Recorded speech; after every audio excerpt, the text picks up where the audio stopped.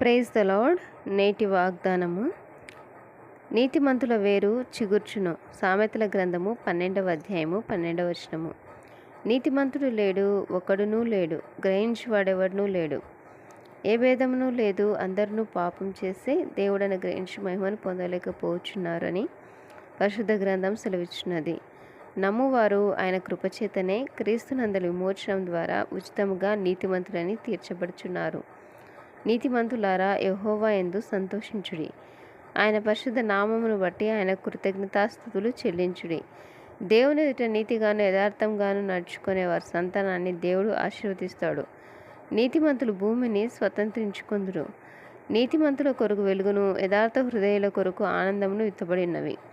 నీతిమంతులు ఖర్జూర వృక్షం వలె మొవ్వు వేదురు, లెబానోను మీది దేవదారు వృక్షం వలె వారు ఎదుగుదురు. ఆమెన్.